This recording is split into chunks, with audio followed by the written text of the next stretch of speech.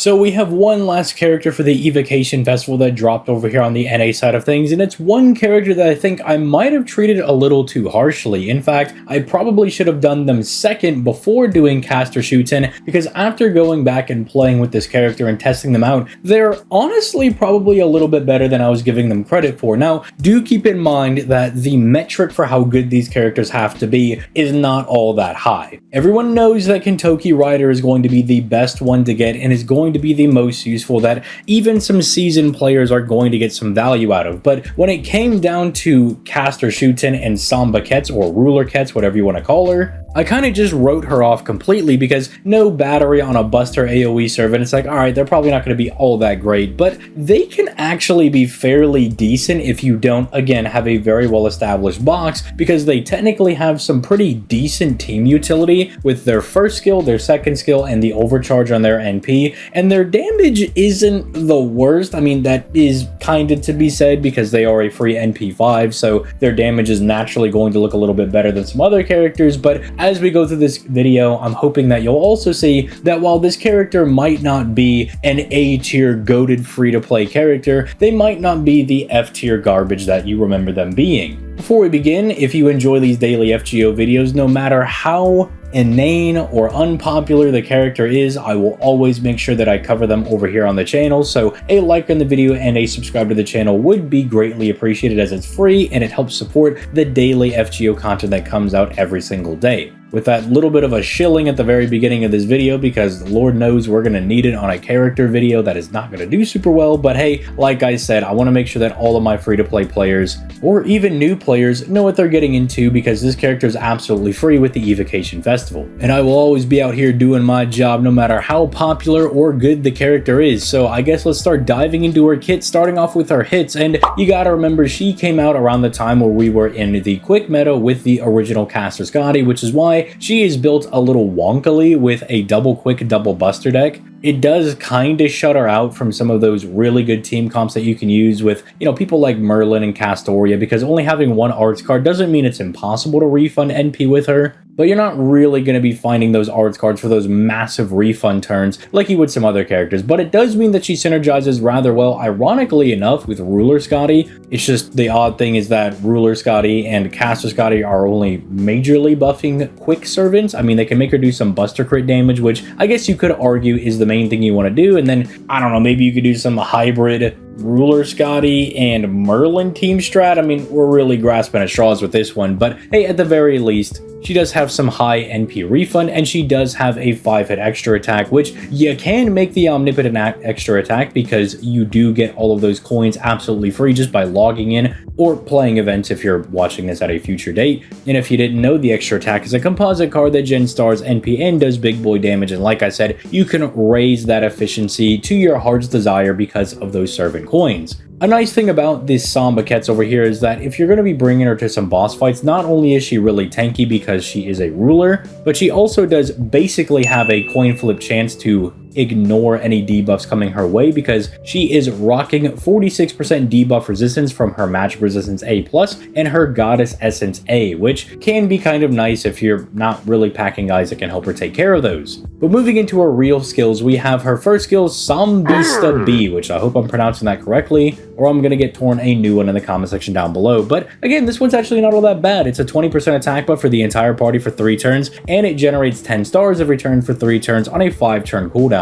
Not a bad charisma if I do say so myself. It's why she could actually be kind of decent in some of these multi-core setups, if you want to call them that. I mean, I'm really stretching the definition on that one when we're doing some of the background gameplay, but there are definitely worse charismas in the game. I mean, we have like 11 or 13% charismas running around. I mean, sure, those guys might have gotten theirs buffed, but hey, at the very least, she's giving everybody a decent bit of attack, and she's providing stars on a skill, and is also doing that on her NP, but we'll also get over to that in the future. But again, you just kind of pop this whenever it's ready. Team does a little bit more damage, and there's a couple more stars floating around in rotation. Her second skill is also kind of a team utility skill, as she can give one ally some decent star weight for 1 turn and give them 30% crit star generation rate for 3 turns on a 5-turn cooldown. And again, you're seeing some pretty low cooldowns on her skills. And if you don't want Samba Quetz to be doing the big buster crit damage, you can always give this star weight to somebody else, and hey, maybe they have higher hits on their NP, and they can actually generate a decent bit of stars, but Samba Quetz herself can also do that. Again, with her NP kind of functioning like a star bomb, so don't feel bad if you give this to a different character, because the crit star generation will not be wasted on them, because again, Samba Quetz can kind of figure that out on her own. Her final skill is where she gets a little bit selfish, giving herself a 30% buster buff for 3 turns, and giving herself 600% buster star weight specifically for 1 turn on a 5-turn cooldown, which again, you see very low cooldowns on this. This in combination with her first skill does mean she could do some fairly decent damage, and again, if you give the star weight to somebody else because you need them to be doing crits or need them to generate some stars, she's at least going to be fighting for those on her buster cards to do some pretty nifty buster crit damage. And again, the buster crit damage can get fairly decent if you do stack her NP enough, which I guess let's not really waste any time over here. Her NP gives her 100% critical star generation rate for 1 turn and it procs first, so it kind of functions like, say, an Emiya, an Iskandar, or a Raiko, those type of buster AoE servants that also like to have their NPs function as kind of a star bomb, although she has lower hits at only 4. But if you're bringing her against multiple enemies, as she is an AoE servant, you can get some pretty decent refund on those stars, especially in combination with the first skill already providing you with 10. And then I mentioned her stacking on the NP, and it's not really damage, but she is at least stacking 30 to 50% critical damage for 3 turns, not just for herself, but for the entire party, meaning you can kind of get into the meme of like DPS Merlin, or I guess DPS Ruler Scotty or Castoria if you're really quirky and want to go those routes. But at least by the 3rd time she fires an NP, she will have 90% crit damage at bare minimum, which actually isn't all that bad. I mean, that's almost functionally hero creation for that 3rd turn, so she can get some really nasty crits going. I was talking about this with some of the other free-to-play characters that have come back around, but looking at her bond CE, she actually does give the entire party 10% quick and buster just while she's on the field. So whenever we have the Grand Servant update where you're able to use their bond CE in combination with a normal one, she will have a 40% buster buff, and she is going to be raising the NP gain and damage of her quick cards by not a whole lot of an amount, but it is kind of notable, it is there. And if you don't have any Avengers in your account, her 3rd append skill does function as a bonus damage against rulers for 30%, which again isn't crazy. It's not like she's going to be Jolter for your account or Maonobu or anything, but hey, if you don't have anything, she actually can fill that role. It is why I think that if you are a newer player, probably really good to get this character leveled up, because they can fill a couple of niches. They're not only an AoE servant for wave clearing, but they can also make everybody else do some increased damage. And if you are somebody that does not have high NPs on their characters, getting that extra stack of crit damage, even if it is only for 1 wave, might actually guarantee that your crits are able to get down, or I guess I should say up to a certain level, and actually take out some of the enemies. And again, she can kind of functionally be an Avenger for you with that extra damage against rulers. And it also doesn't help that she herself is rather tanky going into advanced quests, challenge quests, boss fights, whatever have you, and also has a pretty good almost coin flip chance to ignore any debuffs coming her way. I mean, I actually kind of like this character a bit. I mean, as far as low options are concerned, we're not really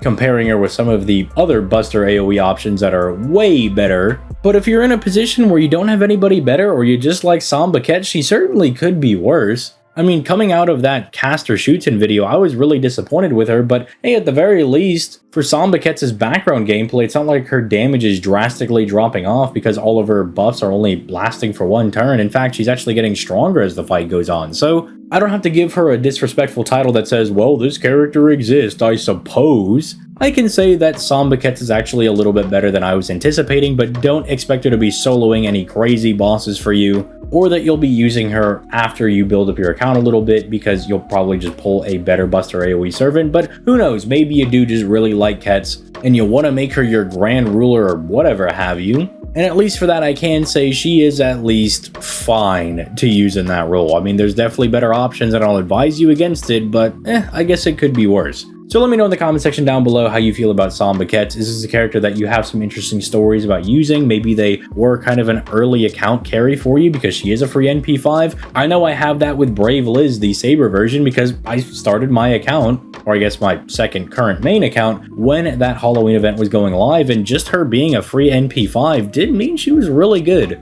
at least for dealing damages to the bosses. So let me know what you think in the comment section down below. In the description, we also have the Patreon if you want to influence some of the videos that come out on the channel and get some patron exclusive content, as well as being able to get into an exclusive chat over in the Discord channel where you're able to kind of vote on different videos that will be coming out. But that's just for people that want to go that extra mile. Liking the video, subscribing to the channel, and leaving a comment is always good enough for me. And hey, the rest of the Discord is available to you even if you don't check out that Patreon down in the description down below. I usually stream every Tuesday, Thursday, and Friday starting at 6 p.m. Central Time, but we do have a live stream coming up for the JP side of things. That is technically Saturday night or Sunday morning, I guess, if you want to view it that way. So I'm going to be going live for that, or at least I should be, as long as nothing goes wrong. So I've kind of swapped around the Friday date with that one just so I can try to make sure that I could stream live when that goes down. So that'll be live over on the Twitch and the YouTube. The Twitch is down in the description down below. But with all that being said, that's all I got for you guys in this video for today. And I hope you guys have a nice rest of your day. Peace, late guys.